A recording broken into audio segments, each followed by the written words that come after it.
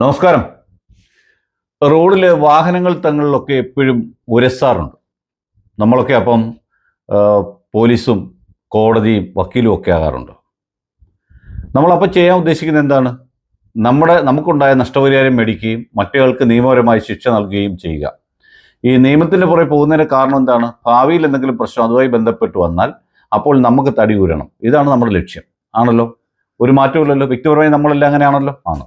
അങ്ങനെയാണെങ്കിൽ നമ്മുടെ മത്സ്യസമ്പത്ത് നഷ്ടപ്പെടുത്തുന്നതും നമ്മുടെ ജലാശയങ്ങൾ എല്ലാം തന്നെ ദൂഷ്യവശങ്ങൾ ഉണ്ടാക്കുകയും മത്സ്യബന്ധനത്തിൽ ഏർപ്പെട്ട് ജീവിക്കുന്ന നമ്മുടെ മത്സ്യത്തൊഴിലാളികൾക്ക് ഭാവിയിൽ അവർക്ക് അവരുടെ സ്വൈര്യജീവിതവും അവരുടെ ഉപജീവനമാർഗവും നഷ്ടപ്പെടുകയും എന്താണ് ഇതുകൊണ്ട് സംഭവിക്കാൻ പോകുന്നതെന്ന് പോലും അറിയാത്ത അവസ്ഥയിലുള്ള ആ വസ്തുക്കൾ കടലിൽ താഴ്ന്നിട്ട് അത് പല ഭാഗങ്ങളിലായിട്ട് ഒഴുകി നടന്ന് തീരങ്ങളിൽ അടിഞ്ഞ് ഒക്കെ നിൽക്കുമ്പോഴും അതിനെതിരെ കേസെടുക്കണ്ട എന്നായിരുന്നു നമ്മുടെ സംസ്ഥാന സർക്കാർ തീരുമാനിച്ചത്.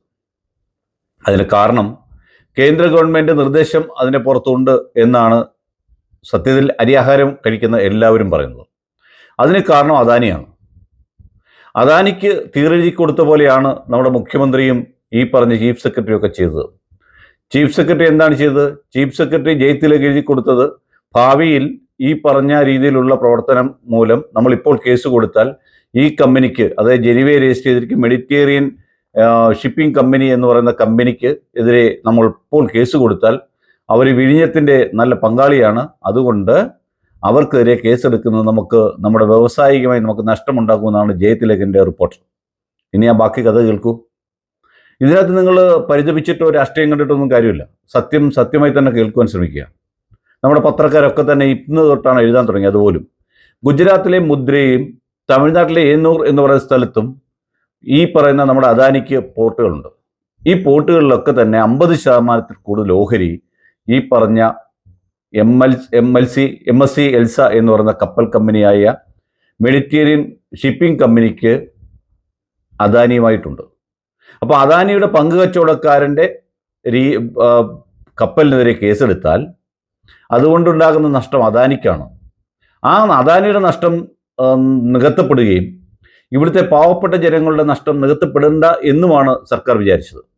പക്ഷെ ഇന്ന് കോടതിയിലേക്ക് കാര്യങ്ങൾ കയറുന്നു എന്ന് മനസ്സിലാക്കിയപ്പോൾ ഒരു മത്സ്യത്തൊഴിലാളിയെ കൊണ്ട് ഒരു പരാതി എഴുതി വാങ്ങി കേസെടുത്തു.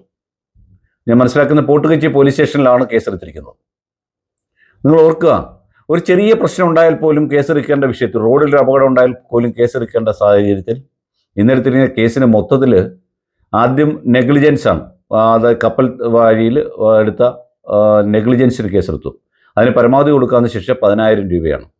മറ്റൊന്ന് അപകടകരമായ രാസവസ്തുക്കൾ കൊണ്ടുപോയി, അതിനെടുക്കാവുന്ന പരമാവധി ശിക്ഷ 5,000 രൂപയാണ്. പിന്നെ 2,000 രൂപയുടെ വേറെ ശിക്ഷ, 1,000 രൂപയുടെ വേറെ ശിക്ഷ, മൊത്തം 18,000 രൂപയുടെ ഒരു ശിക്ഷയാണ് ഈ ലോകത്തിലെ ഏറ്റവും വലിയൊരു കപ്പൽ കമ്പനിയുടെ പേരിൽ നമ്മുടെ സംസ്ഥാന സർക്കാർ എടുത്തിരിക്കുന്നത്. ഇതൊക്കെ സാധാരണഗതിയിൽ നമ്മൾ 2 വീലർ ഓടിച്ചുകൊണ്ട് അപകടം ഉണ്ടായാലും കാർ ഓടിച്ചുകൊണ്ട് അപകടം ഉണ്ടായാലും ഈ പറഞ്ഞ വകുപ്പുകളൊക്കെ തന്നെ ഇട്ടാണ് നമുക്കെതിരെ കേസെടുക്കുന്നത്. ആ കേസ് തന്നെയാണ് ഇവിടെ എടുത്തിരിക്കുന്നത് എന്നുള്ളതാണ് സത്യം. ഒന്ന് ആലോചിച്ച് നോക്കുക. അത് കഴിഞ്ഞ് നമ്മൾ കഴിഞ്ഞ ദിവസം കണ്ടു, കണ്ണൂരിൽ അഴിക്കൽ എന്ന് പറയുന്ന സ്ഥലത്ത് അവിടെ നിന്ന് ഏകദേശം 40 നോട്ടിക് മകലെ മാറി ഏതാണ്ട് 20% ചരിഞ്ഞ് ഒരു കപ്പൽ കത്തുകയായിരുന്നു.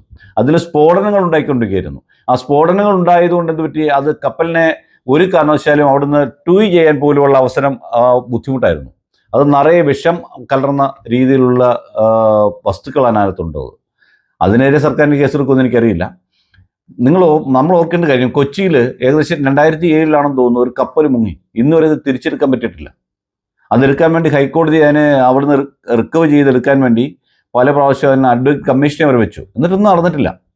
അപ്പോൾ ആ സാഹചര്യത്തിലാണ് ഇത്രയേറെ ദൂഷ്യവശങ്ങൾ ഭാവിയിൽ നമ്മുടെ തലമുറയ്ക്കും നമ്മുടെ മത്സ്യത്തൊഴിലാളികൾക്കും ഉണ്ടാക്കാവുന്ന MSC എൽസിൻ്റെ അപകടത്തിൽ മേൽ സർക്കാർ കേസെടുക്കാഞ്ഞത്. 28 വർഷമാണ് ആ കപ്പലിന് പഴക്കമുണ്ടായിരുന്നത്. 2 വർഷം കൂടി അത് ഉപയോഗിക്കാൻ സാധിക്കുള്ളൂ. കപ്പൽ കമ്പനിയെ സംബന്ധിച്ച് അവർക്ക് 1 രൂപയുടെ നഷ്ടം വരില്ല. കാരണം അവർ മറൈൻ ഇൻഷുറൻസ് എടുത്തിട്ടുണ്ടാവും.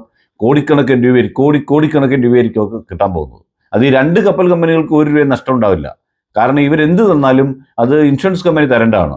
അപ്പോൾ പിന്നെ അദാനിയെ ചേർത്ത് പിടിക്കേണ്ട കാര്യം കേരള സർക്കാരിന് എന്താണെന്നൊരു ചോദ്യം ചോദിച്ചാൽ ഇവർക്ക് എന്താ മറുപടി പറയാനുള്ളത്? കേരള സർക്കാരിന് അദാനിയാണോ വേണ്ടത്, ഇവിടുത്തെ വോട്ടർമാരാണോ വേണ്ടത്? കേരളം ഭരിക്കുന്ന ആരും ആയിക്കോട്ടെ.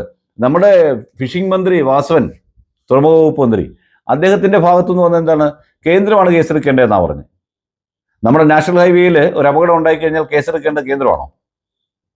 എല്ലാ രീതിയിലും സംസ്ഥാനത്തെ മൊത്തത്തിൽ കോർപ്പറേറ്റായ അദാനിക്ക് കാഴ്ചവെച്ചിരിക്കുന്നു സംസ്ഥാന സർക്കാർ. അതിന് കേന്ദ്ര ഗവൺമെൻറ്റിൻ്റെ പിൻബലമുണ്ട് എന്നുകൂടി മനസ്സിലാക്കേണ്ടിയിരിക്കുന്നു. നാഷണൽ ഹൈവേയുടെ കാര്യം നമ്മൾ കഴിഞ്ഞ ദിവസം ഒരു വീഡിയോയിൽ ചെയ്തതാണ്. 1 കിലോമീറ്റർ 45 കോടി രൂപയ്ക്ക് എടുത്തിട്ട് 23 കോടി രൂപയ്ക്ക് മറ്റൊരു കമ്പനിക്ക് മറിച്ചു കൊടുത്തിട്ട് അദാനി 980 കോടി രൂപയാണ് അടിച്ചു മാറ്റിക്കൊണ്ട് പോയത്, ഒരു പണിയും ചെയ്യാതെ. മണ്ണും ചരിയിൽ നിന്നും പെണ്ണും കൊണ്ടുപോയതുപോലെ ഇവർ, ഈ രാഷ്ട്രീയക്കാർ, അത് കോൺഗ്രസ് ആയാലും കമ്മ്യൂണിസ്റ്റ് ആയാലും മാർക്സിസ്റ്റ് ആയാലും BJP ആയാലും, ഇവരാർക്ക് വേണ്ടിയാണ് ഭരിക്കുന്നത്?